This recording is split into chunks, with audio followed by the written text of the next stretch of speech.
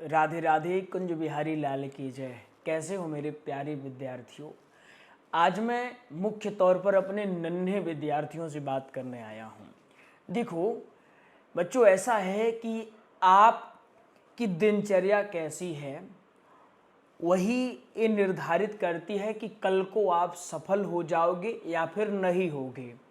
अगर आप थोड़ी मेहनत कम भी कर रहे हो परंतु आपका रूटीन ठीक है, सुबह का जगना, दोपहर का काम, रात में सही समय में सो जाना, तो ये मान लो बच्चों कि आप कोई भी काम करोगे उसमें सफल हो जाओगे। चाहे आप वक्ता बनने की तैयारी कर रहे हो, गायक बनने की तैयारी कर रहे हो, कवि बनने की तैयारी कर रहे हो, प्रोफेसर बनने की तैयारी कर रहे हो, कुछ भी आपको बनना है तो आपकी दिनचर्या बढ़िया होनी चाहिए। बहुत सारे ऐसे बच्चों को आपने देखा होगा 9 बजे सो कर के उठ रहे हैं, और ऐसा नहीं कि 9 बजे बच्चा सोया है तो पूरी रात बेचारा काम किया हो, पढ़ाई किया हो, ऐसा नहीं है। तो क्या किया है, पूरी रात इसने रील स्क्रॉल किया है, वो काम किया है जिसको करने के बाद कोई इसको फायदा हुआ नहीं होगा। तो आज की वीडियो तमाम उन विद्यार्थियों के लिए है जो वास्तव में कुछ करना चाहते हैं लेकिन एक ट्रैप में फंस के रह गए हैं। बहुत ध्यान से समझना, ये समझ के सुनना कि आपका ही अपना भाई आपको समझा रहा है। मैं आज कोई गुरु या आचार्य होने के नाते आपसे बात नहीं कर रहा, आज आपके भाई के नाते आपसे बात कर रहा हूं और भाई के नाते आपको समझा रहा हूं। समझाऊं, बढ़िया समझाऊं, बहुत ज्यादा तनाव लेने की आवश्यकता नहीं। चलो शुरुआत करते हैं।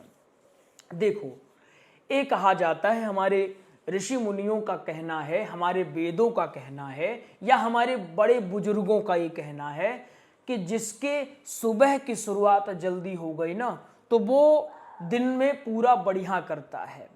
क्या करता है, दिन में जो काम करता है बढ़िया करता है। सुबह की शुरुआत अगर बढ़िया हो गई, अब सुबह की शुरुआत बढ़िया होने का मतलब क्या है कि सुबह हम थोड़ा जल्दी उठ जाएं, और सुबह जल्दी उठने के लिए उधर रात में जल्दी सोना पड़ेगा, क्योंकि लगभग 6 से 7 घंटे की नींद भी ले लो कोई समस्या नहीं है।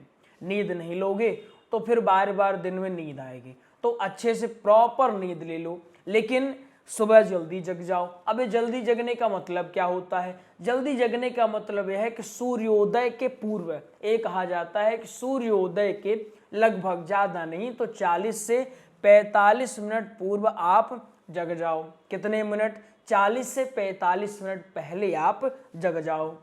और जगने के बाद फिर क्या करो, जगने के बाद सबसे जरूरी काम है बेटा, क्या करो, आप अच्छे ढंग से पानी लो और उस पानी को मुंह में डालो, ठीक, और उसको मुंह में चारों तरफ घुमाओ और फिर पानी लेकर के अपने आंख में छींटा डालो। इससे क्या होगा, तुरंत फ्रेश हो जाओगे। जो उठने के बाद आलस्य लगता है ना, रिफ्रेश नहीं हो पाते, तो ऐसे में क्या होगे, तुरंत रिफ्रेश हो जाओगे। तो पहला काम ये कर लेना, बहुत सरल हम आपको बता रहे हैं। उठ जाओ, उठने के बाद आलस्य लग रहा, तुरंत ठंडे पानी को मुंह में डालो और उसी पानी से छींटा लो, ठीक है। पानी मुंह में चलता रहेगा और आंख में छींटा। नेत्र मजबूत भी होते हैं, नेत्रों की क्षमता भी बढ़ती है और तुरंत ताजगी भी आती है, एक नंबर की ताजगी आती है, कोई ज्यादा समस्या नहीं होती। कर लोगे, बहुत आसान है ना, एकदम आसान बता दिया।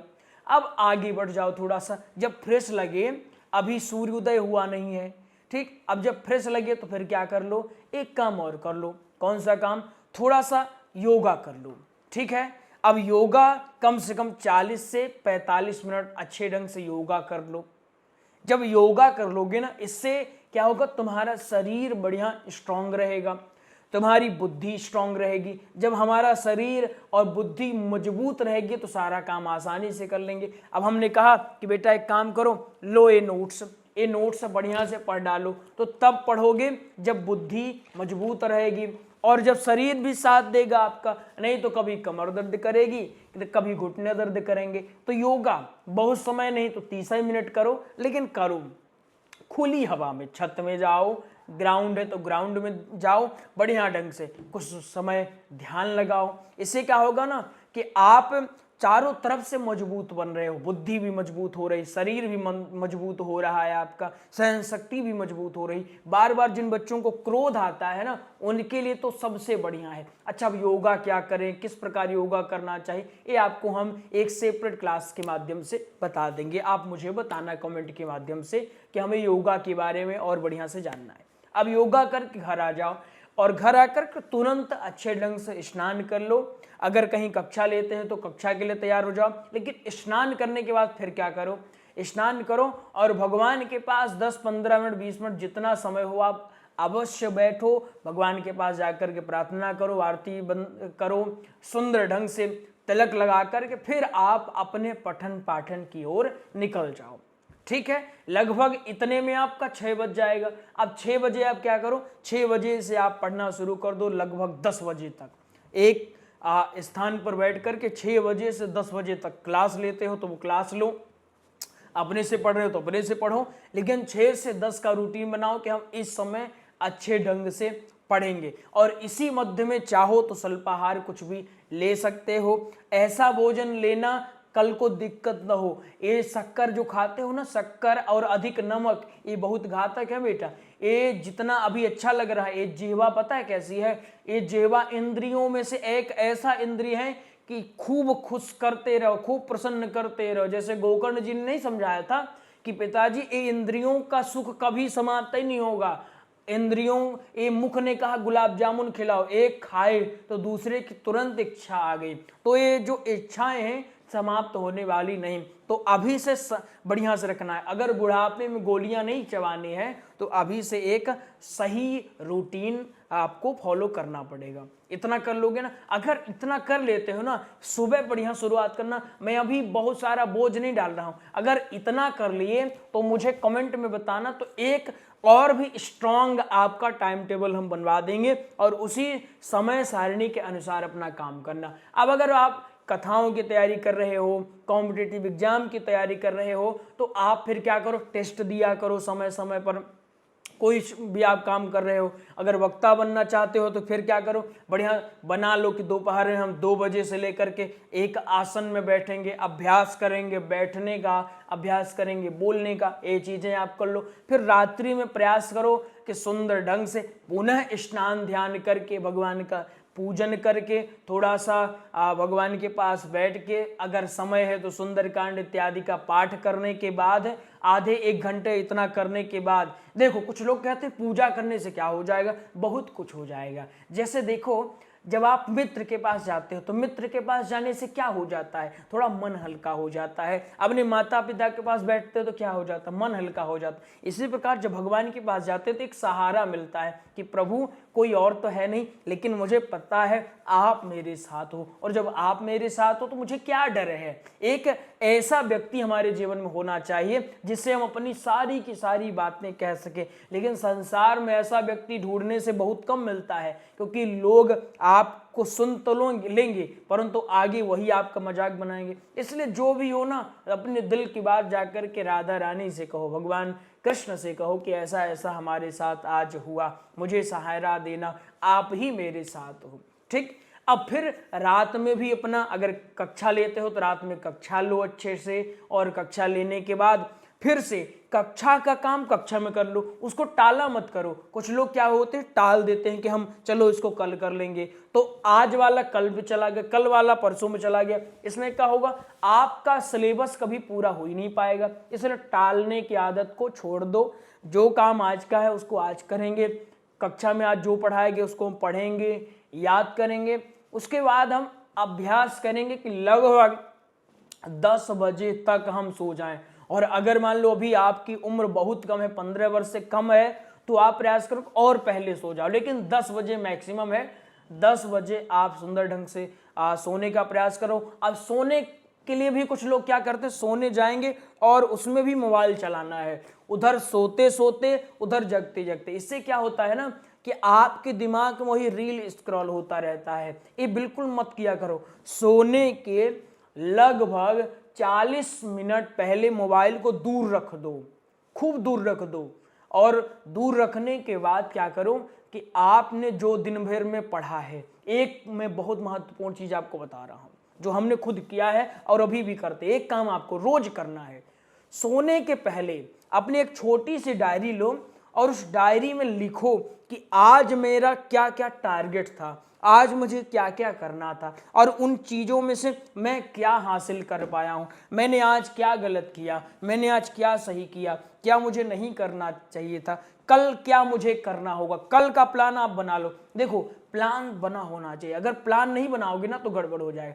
कल आपको क्या करना है, आज आपने क्या किया है, ये आपका पूरा लिखा हुआ होना चाहिए और उसी के आधार पर हो सकता है हफ्ते 2 हफ्ते आपने जो लिखा है उसके अकॉर्डिंग ना हो पाए, थोड़ा इधर उधर हो जाए, लेकिन अगर आप रूटीन बना लिए कि ना मैं पूरा नियम के साथ करूंगा। एक काम आपको बताते हैं, हमारे गुरुजी कहते थे कि बेटा जब आप सीख रहे हो, अध्ययन कर रहे हो, तो अपने आप को क्या मानो, स्टूडेंट मत मानो, अपने आप को ये मानो कि मैं पढ़ लिख करके आ चुका हूं, अब मेरी ट्रेनिंग हो रही है। और ट्रेनिंग कैसी होती है, पूरा टाइम पर ट्रेनिंग होती है, सुबह जल्दी जगना है, लेट हुए तो फिर पनिशमेंट दी जाती है। तो ऐसा अपने आप को बनाओ, ठीक है ना। ध्यान बिल्कुल अवश्य किया करो, नित्य ऐसा अभ्यास करो कि आप ध्यान और हवन ये 2 चीजें नित्य किया करो। इससे आपका दिमाग बढ़िया तीक्ष्ण होगा। कुछ लोगों को आपने देखा होगा कि वो 4-5 घंटे पढ़ करके भी इफेक्टिव पढ़ाई कर लेते हैं और कुछ बच्चे दिन भर पन्ना खोलते रहते हैं, पढ़ते रहते हैं, फिर भी नहीं पढ़ पाते। क्यों? क्योंकि जिनका दिमाग ओपन है वो जल्दी कैप्चर कर लेते हैं, जिनका दिमाग ओपन नहीं है वो पढ़ते रह जाते हैं। इसलिए इसको मजबूत बनाना है। किसी व्यक्ति ने कहा था कि अगर मुझे कल को युद्ध में जाना है तो मैं सबसे पहले क्या करूंगा, अपनी जो तलवार है उसकी धार को मजबूत करूंगा। मेरी तलवार की धार मजबूत हो जाएगी तो फिर क्या होगा, मैं कल को युद्ध में प्रदर्शन बढ़िया करूंगा। तलवार की धार को मजबूत करने का खूब प्रयास करूंगा। इसी प्रकार ये आपकी तलवार की धार है, ये मजबूत हो गई तो आपका प्रदर्शन अत्यंत उत्तम हो जाएगा। तो इतनी चीजें आप करना, मैंने आपको बहुत सहज तरीके से समझा दिया। निष्कर्ष के तौर पर आपको बताएं तो बस इतना काम करना बेटा, आज को संवार लेना। पहला काम आज को संवार लेना, मतलब डेली का काम डेली करना। इसके साथ साथ सुबह तो जल्दी जगने का प्रयास करना और मोबाइल का सदुपयोग करना। जितना आवश्यक है उतना प्रयोग करो, अनावश्यक प्रयोग बिल्कुल बंद कर दो, कोई लाभ नहीं होने वाला।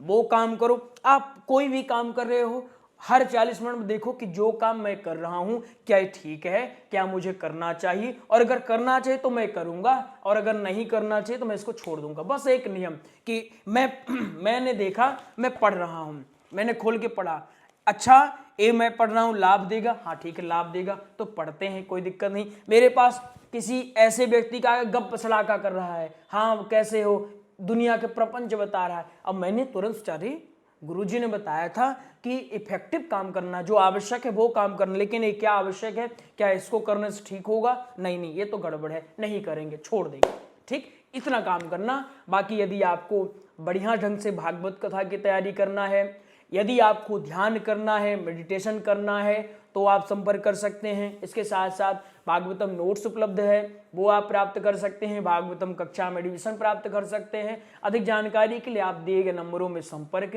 कर सकते हैं।